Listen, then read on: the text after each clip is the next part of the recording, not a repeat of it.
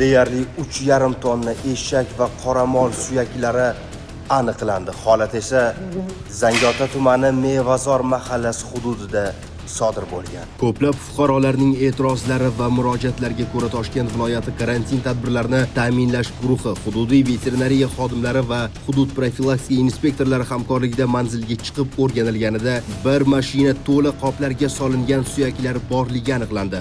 Millarga taqdim etilgan ma'lumotlarga ko'ra aynan mana shu suyaklar Qashqadaryo viloyati Koson tumanidagi chiqindixonalardan yig'ib olib kelingan. Xo'sh, nima uchun? Voqeaga atroflicha oydinlik kiritamiz. Tovuqqa yem qildi. Qancha vaqtda olib kelinadi? Aniq vaqti yo'q. Musulkadan yig'ib bo'lgandan keyin keladi. Qaysi joylardan yig'ib olib kelinadi? Faqat Qashqadaryodan emasdir?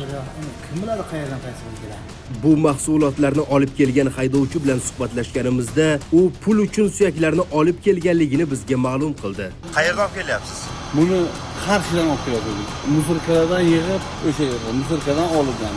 Musulkadan olinganiga o'xshamaydi-yu. Yo'q, olib taxlab qo'ygan musulkadan olib getirib beramiz.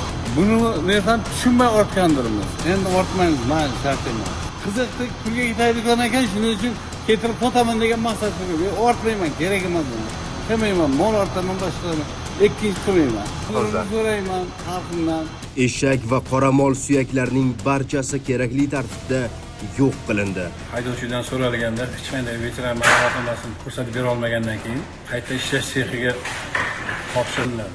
Ushbu holat yuzasidan Toshkent viloyati karantin tadbirlarini ta'minlash guruhi xodimlari tomonidan ma'muriy javobgarlik to'g'risida kodeksning tegishli moddalari asosida ma'muriy bayonnoma rasmiylashtirildi va ushbu mahsulotlar belgilangan tartibda yo'q qilindi.